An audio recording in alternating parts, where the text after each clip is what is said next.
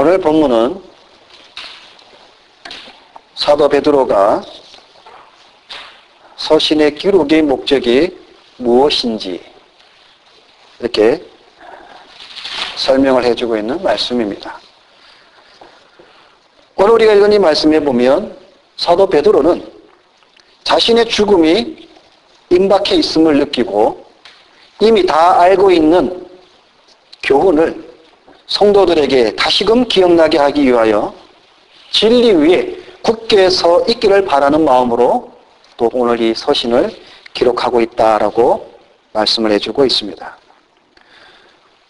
베드로후서 1장 우리 지난 첫 시간에 보았듯이 부도덕적인 생활을 하며 방탕과 타락을 그러한 것에 대한 경계를 지난 시간에 사도 베드로는 경고의 말씀을 해주었고 오늘 말씀에 보면 주님의 재림을 부인하는 이단들의 가르침에 대해 경계의 말씀을 해주고 있습니다.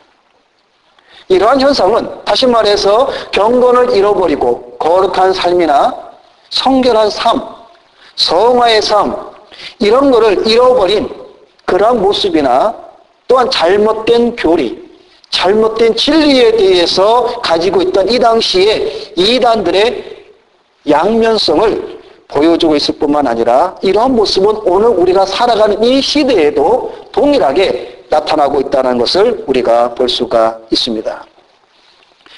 여러분 우리 주변에 있는 이단들을 가만히 살펴보면 오늘 이 베드로가 말한 이 양면성이 동일하게 나타납니다. 그들의 삶은 성화의 삶과는 동떨어져 있고 잘못된 교리, 잘못된 성경에 대한 해석을 통해서 저들은 잘못된 길을 걸어가고 있음을 우리는 쉽게 찾아볼 수가 있습니다. 그래서 사도 베드로는 오늘 자신의 죽음이 이제 얼마 남지 않고 그 죽음을 눈앞에 두고 마지막 권면의 말씀을 해주고 있습니다. 그래서 오늘 말씀 12절에 보면 그러므로 너희가 이것을 알고 이미 있는 진리에 서 있으나 내가 항상 너희에게 생각나게 하려 하노라. 그러니까 사도 베드로는 이제 자신이 떠난 후에 남아있는 성도들에게 베드로는 어떻게 보면 유언적인 말씀을 해주고 있습니다. 내가 이제 간 후에는 내가 항상 너희에게 생각나게 그동안에 나뿐만 아니라 사도들이 너희로 하여금 참된 하나님의 말씀이 무엇인가를 지금까지 가르쳤던 그 모든 것들을 생각나게 하라. 그것을 인하여서 너희가 진리에 굳게 서 있으라라고 사도 베드로는 지금 말씀을 해주고 있습니다. 자, 그러면 우리가 여기서 사도 베드로의 죽음에 대한 예견의 말씀을 우리가 잠깐 살펴볼 필요가 있습니다. 요한복음 21장 18절에 보면 예수님께서 다른 제자와는 달리 이 베드로에게 죽음에 대한 예견의 말씀을 하고 계십니다. 거기에 말씀에 보면 요한복음 21장 18절에 내가 진실로 진실로 내게 이르노니 젊어서는 내가 스스로 띠띠고 원하는 곳으로 다녔거니와 늙어서는 내 팔을 벌리리니 남이 내게 띠띠우고 원치 아니하는 곳으로 데려가리라 라고 말씀을 해주고 있습니다. 예수님께서 베드로가 노년에 당할 순교에 대해서 예고하신 말씀입니다. 그러니까 이런 말씀이 베드로에게 향한 이 말씀이 그때 있었던 사도들과 또 그 주변에 있는 사람들이 다 알고 있었던 그러한 잘 알려진 한 예수님의 예견의 말씀이라는 것이죠. 그래서 자신이 이제 얼마 남지 않은 그 상황 속에서 베드로는 내가 힘써 너희로 하여금 나의 떠난 후에라도 필요할 때는 이런 것을 생각나게 하려 하노라 라고 말씀을 해주고 있습니다. 자, 그러면 여기에서 이런 것이라는 것은 과연 무엇을 말씀해주고 있느냐 하는 것을 살펴보겠습니다.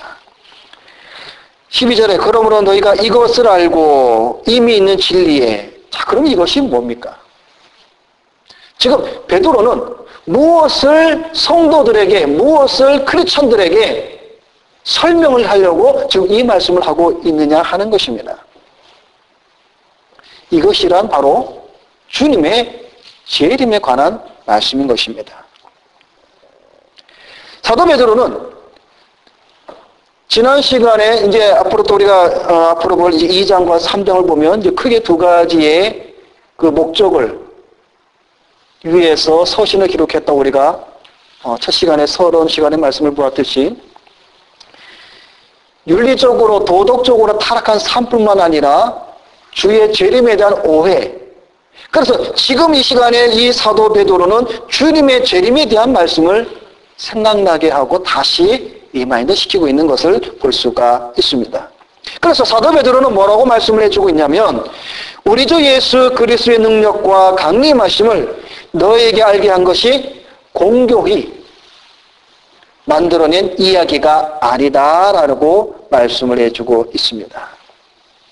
그러니까 공교히 만든, 다시 말해서 무슨 말인고 하면 허구나 없는 이야기를 진짜같이 이야기하거나 그런 것이 절대로 아니다라는 것을 사도 베드로는 지금 강하게 말씀을 해주고 있습니다. 왜냐하면 이 당시 어떤 생각을 가지고 있냐면 사람들이 주님이 재림하신다. 주님이 재림하신다. 이런 사상을 거짓 선지자들은 어떻게 가르치고 있냐면 예수님께서 재림하니까 겁을 준다는 겁니다. 그러니까 두려움을 주기 위해서 너희로 하여금 꼼짝 못하게, 그러니까 편하지 못하게, 자유롭지 못하게 얽매여 너희로 구속하기 위해서 만들어낸 하나의 공교한 이야기다라고 거짓 선지자들은 그렇게 가르치고 있다는 겁니다. 그러니까 우리가 일반적으로 생각을 해봐도 예수님이 재림만 해도 우리가 함부로 살 수가 없잖아요. 그죠? 그러니까 그런 식으로 얽매여 간다라는 겁니다. 그러나 사도 베드로는 뭘 말씀해 주고 있냐면 이러한 거짓 교사들의 교훈을 강하게 반박하면서 예수님의 부활, 승천, 재림 이러한 것들이 사도들이 전한 참된 가르침이다라는 것을 말씀을 해주고 있습니다. 그래서 요한일서 1장 1절에 보면 이렇게 말씀을 해주고 있습니다. 태초부터 있는 생명의 말씀에 관하여는 우리가 들은 바요, 눈으로 본 바요, 주목하고 우리가 손으로 만진 바라. 확실하다라는 것을 사도 베드로는 지금 가르치고 있다라는 겁니다.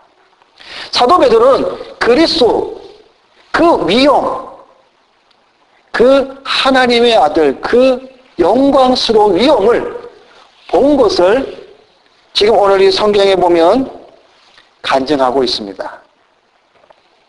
자, 오늘 이게 우리 몇 절에 보면은 그것을 간증해주고 있냐면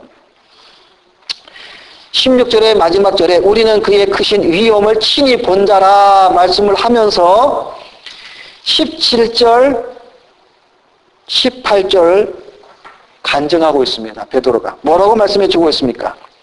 지극히 큰 영광 중에서 이러한 소리가 그에게 나기를 이는 내 사랑하는 아들이요 내 기뻐하는 자라 하실 때에 그가 하나님 아버지께 존귀와 영광을 받으셨느니라. 이 소리는 우리가 그와 함께 거룩한 산에 있을 때에 하늘로부터 난 것을 들은 것이라. 지금 베드로는 자기가 체험한 것을 지금 간증하고 있습니다. 증명하고 있습니다. 자, 여러분, 이 17절, 18절 말씀을 우리가 가만히 읽어보면 무엇이 떠오릅니까? 어떠한 사건이 떠오르죠?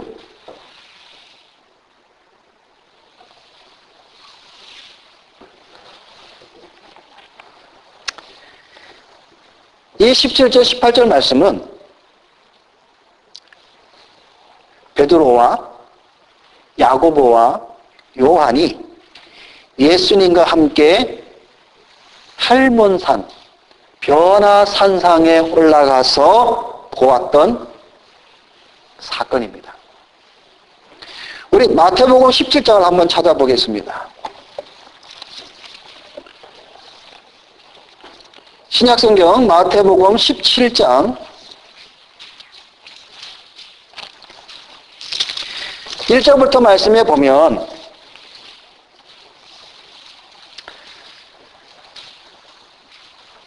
엿새 후에 예수께서 베드로와 야고보와 그 형제 요한을 데리시고 따로 높은 산에 올라가셨더니 이렇게 말씀을 해주고 있죠. 그런데 베드로후서 1장 18절에는 뭐라고 말씀해주고 있냐면 거룩한 산에 있을 때에 이렇게 말씀해주고 있죠. 그 거룩한 산이 바로 마태복음 17장에 보면 높은 산인데 이 산이 어떤 산이냐면 헬몬산입니다. 헬몬산. 자, 산에 올라갔습니다. 누구와 함께? 예수 그리스도와 함께.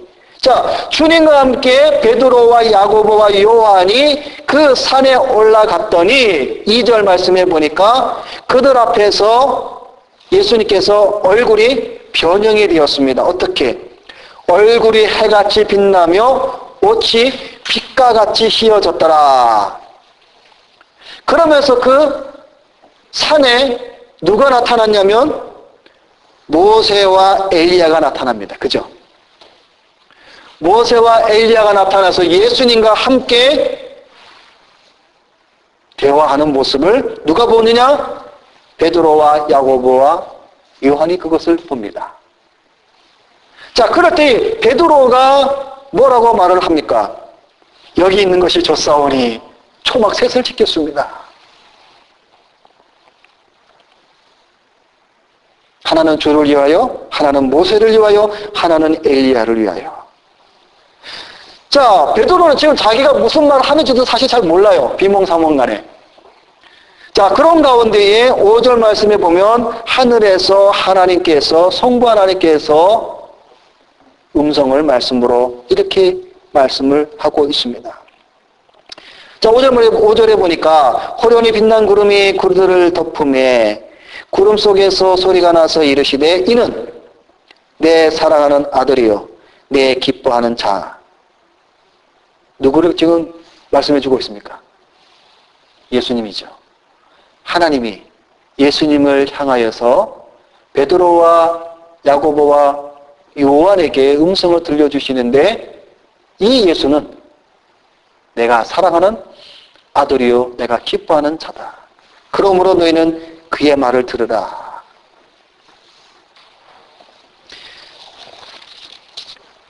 자, 이 사건을 지금 베드로후서 1장 그 17절 18절에 자기가 과거에 체험했던 그 그리스도의 그 영광의 위엄을 증거로 지금 말씀을 해주고 있는 겁니다. 이거 무슨 말인고 하면 사도들이 지금까지 너희에게 가르쳤던 주님의 부활이나 승천이나 재림에 대해서 공교한 이야기 혹으나 거짓이 하신 실질적인 사건을 지금 베드로는 자신의 체험을 내보이면서 가르치고 있다라는 사실입니다.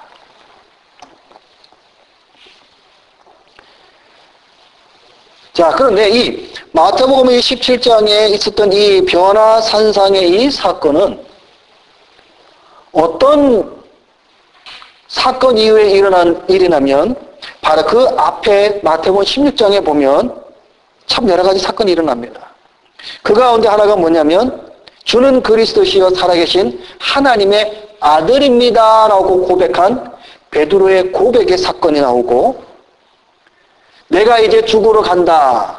십자가에 못 박히겠다라고 말씀하신 주님의 순환에 대한 예고와 또한 심판에 대한 이러한 일들이 벌어지고 난 엿새 후에 일어난 사건이 바로 변화산상의 마태복음 17장의 사건이 나오게 된다는 것입니다.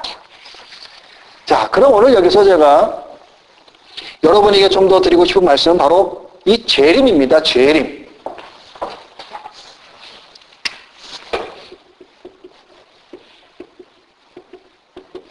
재림.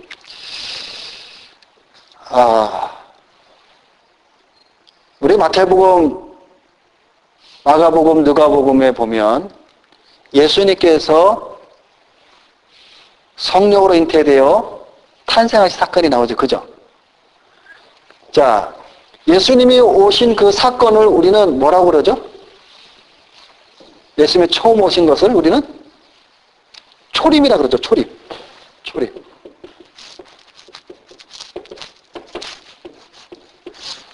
자, 우리에서 우리 한 가지 이렇게 하나씩 한번 살펴봅시다. 예수님의 초림. 예수님이 몇 년도에 오셨죠? 네? BC 4년에 오셨죠? 그죠? 자, BC 4천년에 왔습니다. 자, 그러면 마태복음 1장 1절에 보면은 뭐라고 말씀해 주고 있습니까? 마태복음 1장 1절. 아브라함과 다윗의 자손 예수 그리스도의 세계라. 그 말씀 있잖아요. 그죠? 자, 그러면 우리가 성경 수많은 인물들 가운데 다 제쳐놓고, 자, 아브라함과 다윗. 자, 그러면 다윗이 약 몇 년도 전의 사람이죠? 다윗이 대략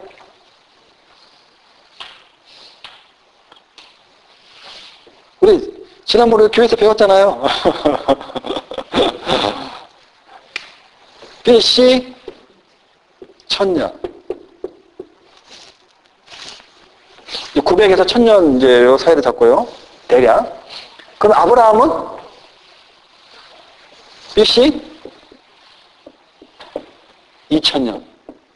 대략입니다. 대략.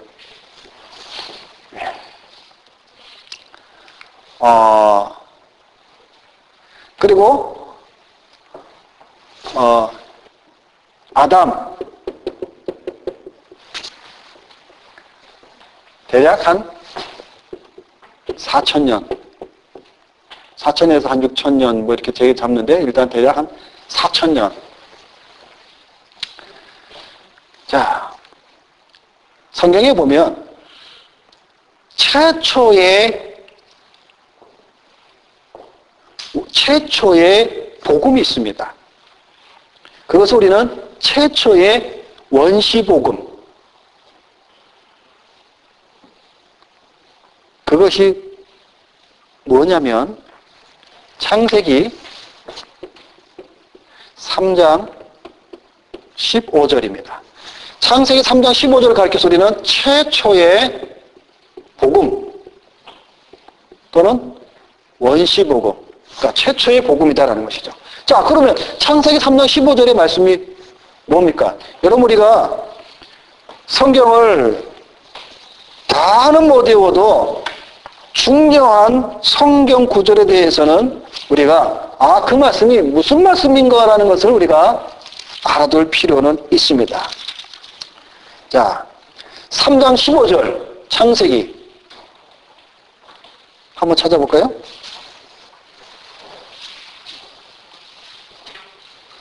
자, 우리 상현이가 크게 한번 읽어줄래? 창세기 3장 15절.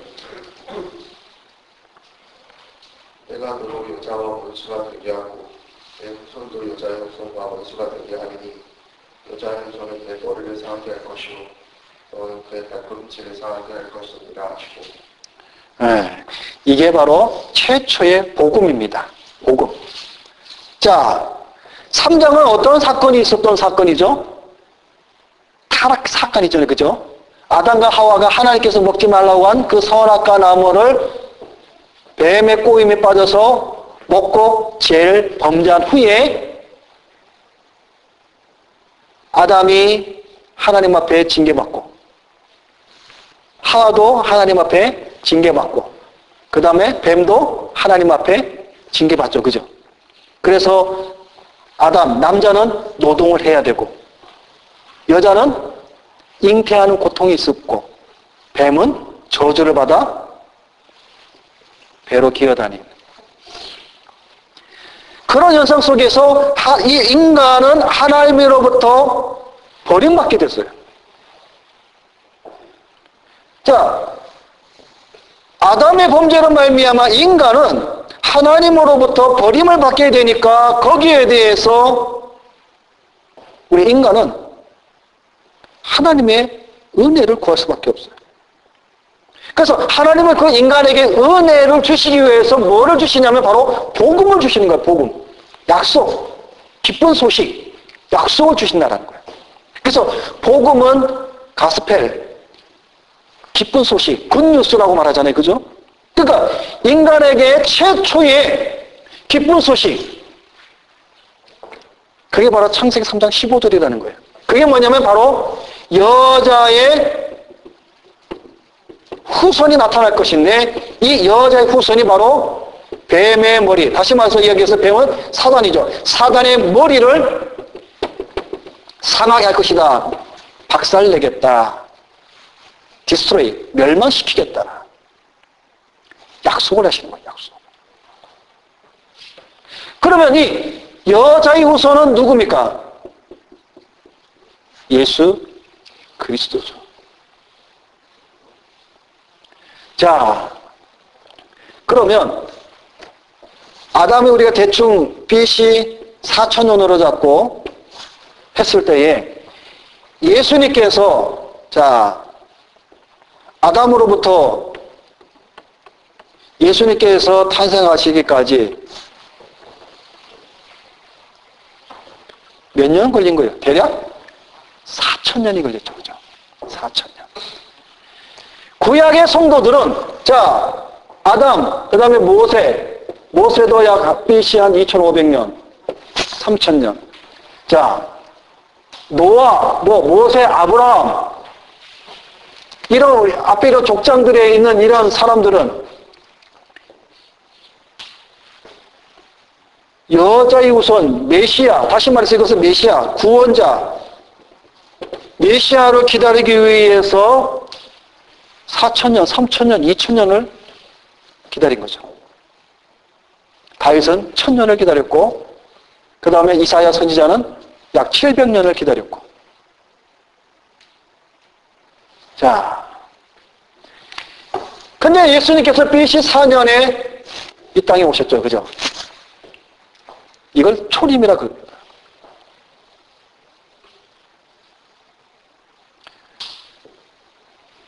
자, 그런데 오늘 이 베드로 후서에 지금 말씀해 주고 있는 것은 재림입니다. 재림. 자, 우리가 잘 아는 대로 예수님께서 초림을 하시고 이 땅에서 사역을 하신 후에 자, 그럼 우리 한번 예수님이 몇 년도에 십자가에 돌아가셨죠? 정연아.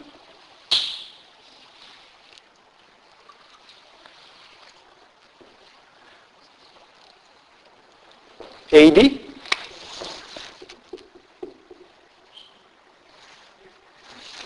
AD 33년. AD 33년에 예수님께서 십자가에 달리셨어요. 그러면 예수님께서 육신의 몸을 입은 지 약 37년간에 그죠? 삶을 사시면서 마지막에 공생의 사역을 하시고 십자가에 죽으셨죠. 오늘로 말하면 4월달, 4월 초에. 자, 그리고 무덤에 3일을 계셨습니다. 그리고 부활하시고 바로 하늘로 올라가셨습니까?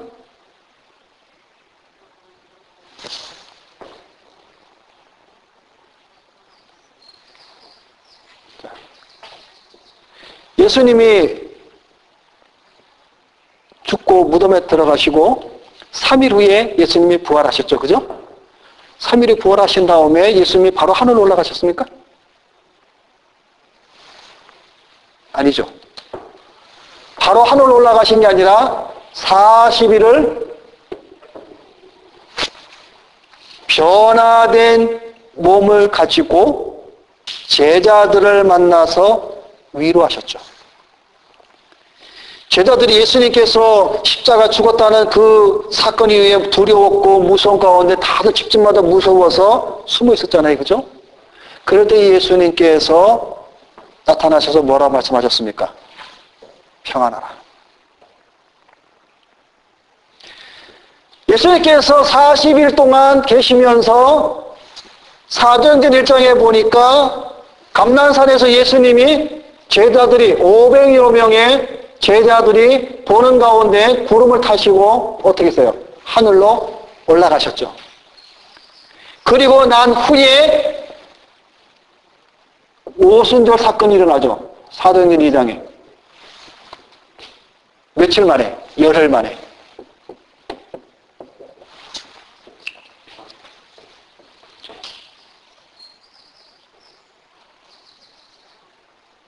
자, 지금은 예수님께서 어디 계십니까? 하나님의 보좌 우편에 앉아 계신다라고 성경은 우리에게 가르쳐주고 있죠. 그래서 사도행전에 보면은 스데반 집사님이 복음을 전하다가 유대 사람들한테 돌에 맞아 순교를 하죠. 돌에 맞아 순교하실 때에 마지막 때 어떻게 됐습니까? 스데반이 하늘을 보니까 하늘의 문이 열려서 어떤 장면을 봅니까? 예수 그리스도가 자리에 일어나서 자기를 보고 있는 모습을 봅니다.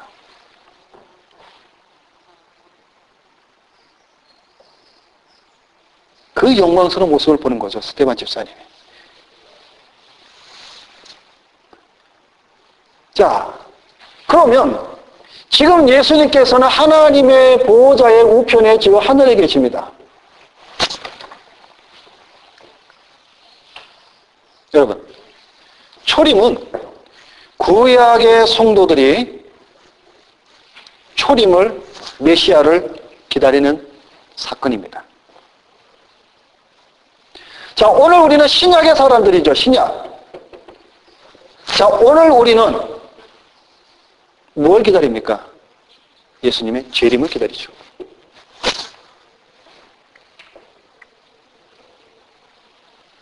근데 예수님이 하늘로 올라가시고 지금까지 약 2000년이쯤 지났죠. 그죠?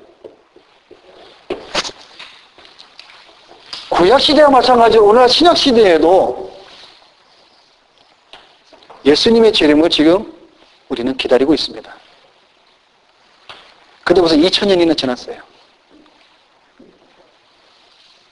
그러다 보니까 우리가 다음에 이제 3장에 가서 보겠지만 사람들이 조롱하잖아요. 야, 예수님 재림 만나더니 언제 오냐? 조롱하잖아. 자, 우리는 지금도 예수님의 재림을 기다리고 있습니다. 저도 예수님의 재림을 기다리고 우리 모든 크리스천들은 주님의 재림을 기다리고 있습니다. 그래서 우리는 이걸 쉽게 얘기해서 구약의 성도들은 초림의 예수를 기다리는 신앙, 신약의 성도들은 다시 오실 주의 재림을 기다리는 신앙이라고 말하기도 하는 겁니다.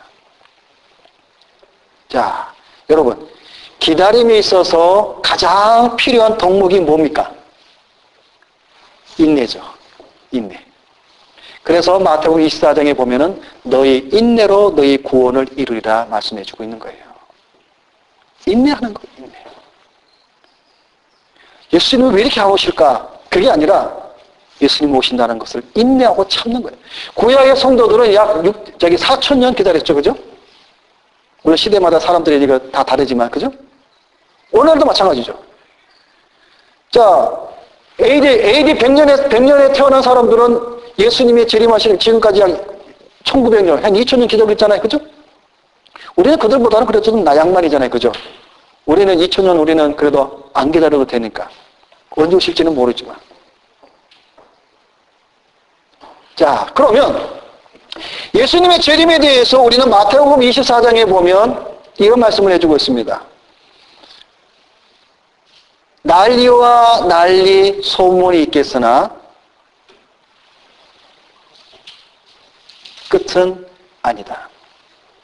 그리고 전쟁과 전쟁이 있겠지만 이것은 전쟁과 기근과 지진과 이런 것이 재난의 시작이다 말씀해주고 있어요. 그러니까 여러분, 마태복음 24장을 잘 보면 오늘 우리 주변에 얼마나 많은 사람들이 나타나서 재림에 대해서 유혹을 하고 있습니까? 그런 가운데 우리는 분명한 진리의 말씀 가운데 분별할 수가 있죠. 지금 지진이 얼마나 많이 일어나요? 우리나라도 지금 지진이 일어났죠? 또 우리가 IT 그 화산 폭발이나 이런 수많은 자연의 재해들 얼마나 지금 많이 일어나고 있습니까? 그리고 전쟁이 끝일 날이 없죠. 전쟁도 계속 일어나죠. 난리와 난리에 대한 소문들이 얼마나 많습니까? 그런데 성경은 뭐라고 말씀해주고 있냐면 아주 심플합니다. 끝은 아니고 재난의 시작이다. 자, 그런 가운데 오늘 여러분이 분명히 알 것은 이런 재림의 많은 앞으로 더 많은 이제 그런 어떤 그 난리와 소문과 이러한 그들 유언비어가 떠돌 텐데 우리가 그럼에도 불구하고 반드시 잊지 말아야 될 재림의 전에 예수님께서 재림하시기 전에 반드시 일어나야 될 사건 두 가지가 있습니다. 이 두 가지가 일어나기 전에는 온 세상의 모든 사람들이 난리와 소문과 지진과 자연재해와 전쟁의 혼돈 가운데서도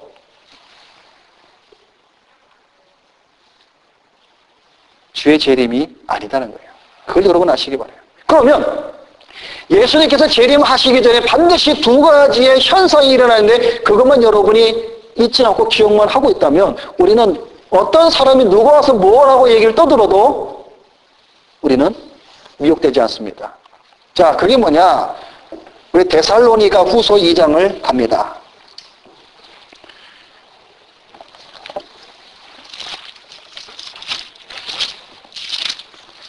신약성경 335페이지.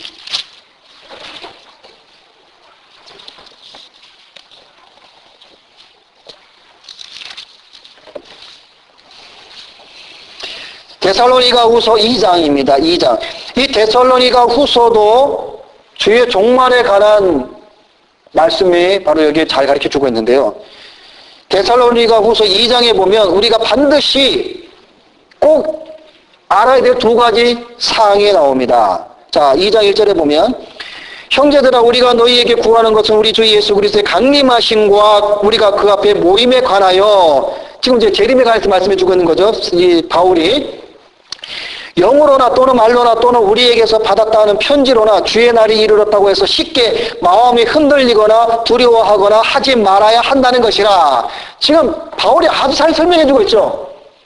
뭐 영적이든 뭐 신비주의든 어떤 사람의 말이든 뭐 다 필요 없다는 거죠. 그런 말에 대해서 뭐 주의 재림이 뭐 어떻다 뭐 그런 거에 대해서 두려워하지 말라, 소동하지 말라는 것이죠. 자, 3절에 누가 어떻게 하여도 너희가 미혹되지 말라. 자, 3절이 바로 그 두 가지의 키포인트가 바로 이겁니다. 첫째는 뭐냐? 먼저 배교하는 일이 있겠다. 배교. 두 번째는 불법의 사람 곧 멸망의 아들이 나타나기 전에는 그날이 뭐라고요? 이르지 아니하리다. 여러분 성경의 말씀을 제대로 우리가 알고 있으면요. 재림에 대해서 오늘날 많은 사람들이 종말에 관해서 많이 떠들고 뭐 얘기를 하는데 특히 과학자들 많이 떠들죠. 저 우주 멀리에서 행성이 하나가 날아와서 뭐예요? 지구가 폭발해서 지구가 종말한다. 여러분 우리가 성경을 제대로 알면요. 과학자들이 그렇게 얘기하는 말에 대해서 우리가 두려워할 필요가 없어요. 성경에 보면 주의 재림의 날이라는 것은 뭐냐면 인류의 종말이 그걸 말하고 있거든요. 성경에서 인류의 종말은 우주 저 멀리에서 뭐 달만한 운석이 돌덩이가 날아와서 지구와 부딪혀서 폭발한다는 등 아니에요. 그런 얘기 떠들고 해도 그 다음에 과학자들이 말하는 UFO에 대한 얘기 이런 얘기들 아무래도 성경에 대한 진리를 바로게 알고 있을 때에는요 절대로 흔들림이 없고 미혹되지가 않습니다. 자, 뭐예요? 배교하는 일. 배교가 뭡니까? 배교라는 말. 배교라는 말은 뭐냐면 내가 쉽게 말해서 내가 지금 하나님을 믿고 있는 이것을 배신한다는 거예요. 이 말은 뭐냐면 주의 재림하기 전에 수많은 사람들이 내가 지금까지 예수를 믿었고 하나님을 믿은 대한 그 신앙을 배신한다는 거예요. 나 이제 안 믿어. 떠난다는 겁니다. 마지막 때. 예수님의 재림하기 전에. 그런데 그러한 현상이 오늘날에 많이 일어나고 있죠. 세계적으로 유명한 목회자들 또 건전했던 신학자들이 점점 성경에서 이탈하는 설교나 가르침을 지금 하고 있어요. 지금 배도하는 일이 일어나고 있어요. 그러나 마지막 때가 되면 더 많이 일어납니다. 그러니까 이런 현상이 우리 눈으로 너무 많이 보는 거예요. 배교하는 것들이. 어제까지만 해도 교회 열심히 다녔던 성도였는데, 장로였는데, 하나님 말씀을 전하던 목사였는데 어느 날 갑자기 막 배도하는 거예요. 배교에. 그 현상이 오늘날 우리에 나타난 눈에 보이는 현상이 바로 뭐냐면 올 10월 달에 부산에서 열리는 제10회 WCC 종교 회의입니다. 집단 모임이죠. WCC 모임. 그 WCC는 결국 뭐냐면 종교다원주의예요. 예수 외에도 구원이 있다.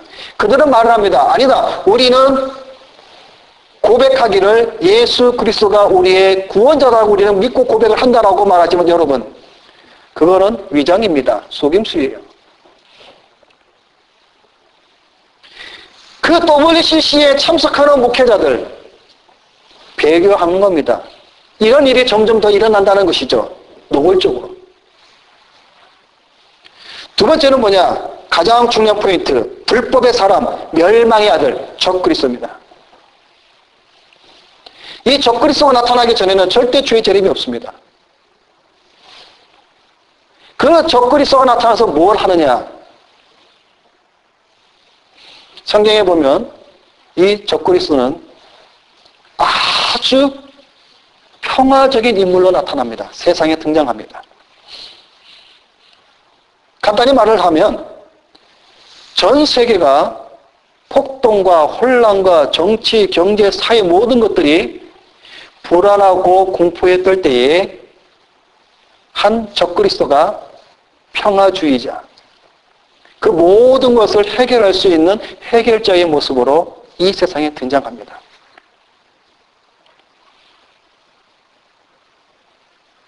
그가 바로 적그리스도죠. 그것을 우리가 눈으로 볼 때에 주님의 재림이구나. 그때 오늘 사도 바울이 얘기한 것처럼 그 적그리스도가 나타나기 전에는 주의 재림, 강림이 이르지 아니하리라는 말씀처럼 우리가 잘 기억을 해두어야 된다는 것이죠. 지금 적그리스도가 나타났습니까? 물론 많이 나타났죠. 우리가 요한일서 공부할 때 뭐랍니까? 예수 그리스도를 부인하는 자는 다 적그리스도라 했잖아요. 그런 적그리스도가 아닌 멸망의 아들, 불법의 사람, 마지막 적그리스도. 그가 나타나기 전까지는 인류의 종말은 없습니다. 자, 이런 말씀들이 우리가 성경 우리가 갖고 있을 때 우리 주변에 아까도 말씀드린 과학자들이나 어떤 이상한 얘기를 들어도 흔들림이 없는 거예요.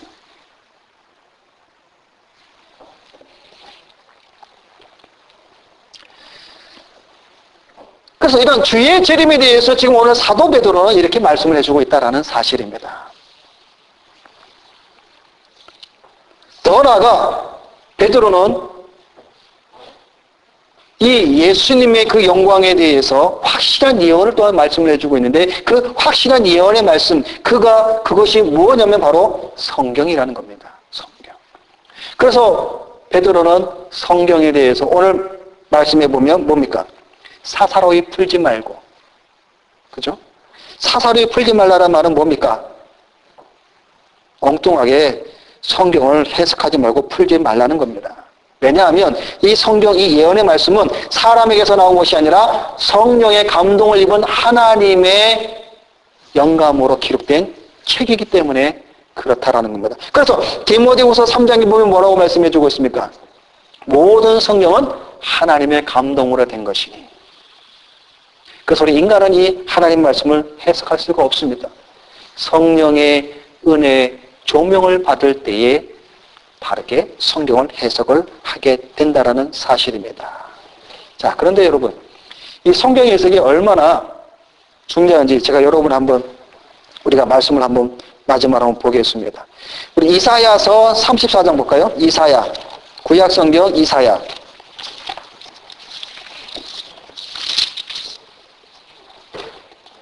구약 성경 1007페이지. 구약 성경 1007페이지. 이사야 34장.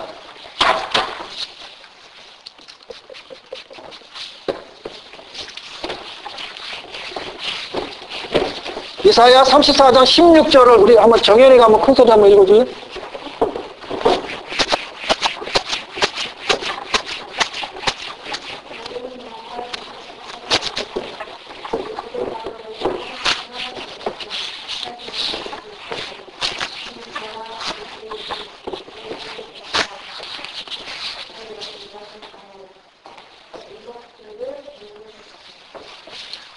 자, 그 말씀은 무슨 말씀 같아요?